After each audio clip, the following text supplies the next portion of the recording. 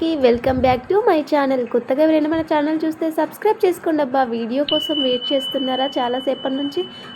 సర్లే రోజు ఏంటమ్మా నేను అని అనుకుంటున్నారా? చిన్నప్పుడు స్కూల్లో ఎప్పుడు రన్నింగ్ పోటీ పెట్టినా కూడా నేను గెలిచేదాన్ని కాదు. ఇప్పుడైతే రన్నింగ్ పోటీ పెడితే నేనే ఫస్ట్ వస్తానేమో. ఎందుకంటే నా పిల్లలతో ఉరుకుల పరుగుల జీవితం మామూలుగా లేదు. నా చిన్న తల్లి అయితే పౌడర్ అంతా పారబోస్తుంది. తన వెనక ఉరకడం అయితే స్టార్ట్ చేశాను. ఇంకా ఏం చేద్దాం. ఇక ఈవినింగ్ అయితే బట్టలు మేడపై నుండి తీసుకురావడానికి అయితే పైకెక్కాను. ఈవినింగ్ సన్ని చూస్తే ఎంత హ్యాపీగా అనిపిస్తుందో నాకు. సూర్యుడు అస్తమించే ముందు ఎంత ప్రకాశిస్తాడో కదా. ఈవినింగ్ ఎండ అనేది మన ఆరోగ్యానికి చాలా మంచిది. ఈ బట్టల మూట చూడండి, కుర్చీ నిండా ఉన్నాయి. అసలు ఈ బట్టలు మడతబెట్టడం చాలా పెద్ద టాస్క్ అన్నమాట. కొంతమంది ఇంట్లో ఏంటంటే ఒక కుర్చీ బట్టలకి మొత్తం అంకితం చేస్తారు. మొత్తం కుప్పలు కుప్పలు బట్టలు వేసి ఎప్పుడు ఏది అవసరం ఉంటే అది తీసుకుంటారు అన్నమాట. నాకైతే అట్లా అస్సలు ఇష్టం ఉండదు. ఎప్పటికప్పుడు నీట్గా సర్దేసి పెట్టుకుంటాను.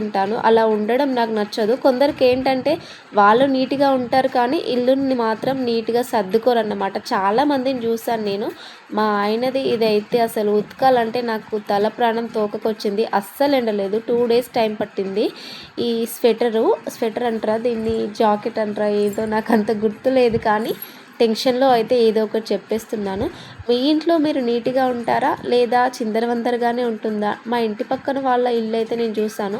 తను మాత్రం చాలా నీట్గా ఉంటుంది చూడడానికి, కానీ ఇల్లు మాత్రం చాలా చిందరవందరగా ఉంటుంది. ఒళ్ళు నీట్గా ఉండడమే కాదు, ఇల్లు కూడా నీట్గా ఉండాలనేసి మన తాతమ్మలు, తాతయ్యలు ఇలాంటి సామెతలు చెప్తూ ఉంటారన్నమాట పల్లెటూర్లల్లో. అవన్నీ ఏమో కానీ ఎవరి ఇష్టాలు వాళ్ళయ్యబ్బా. కొందరికి ఇష్టం ఉంటుంది, కొందరికి ఇష్టం ఉండదు ఇల్లు నీట్గా సర్దుకోవడము.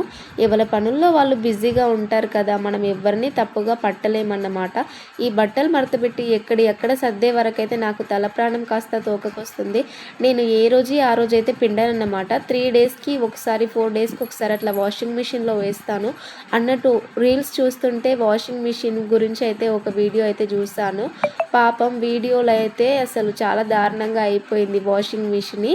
తన పాయింట్లోనంట ఒక రూపాయి కాయిన్ ఉందంట. రూపాయి కాయిన్ వాషింగ్ మిషన్ టబ్బులో ఇరుక్కుపోయి 5,000 నష్టం జరిగేలాగా పని పెట్టిందన్నమాట. కాబట్టి వాషింగ్ మిషన్లో బట్టలు వేసే ముందు కాయిన్స్ ఏమైనా ఉన్నాయేమో నీట్గా చూసుకున్న తర్వాతే, పాయింట్స్లలో కానీ పిల్లల జేబులలో కానీ చూసిన తర్వాతే యూస్ చేయండి అబ్బా. అది కూడా నువ్వు చెప్పాలా, మాకు తెలీదా అని అనుకోవచ్చు. ఇంకా ఈవినింగ్ అయితే పాలు తాగుతున్నాను. టీ తాగడం మానేద్దాం అనుకుంటున్నాను కానీ నాకు టీ అంటే పిచ్చి, కానీ పాలైతే తాగుతున్నాను అబ్బా.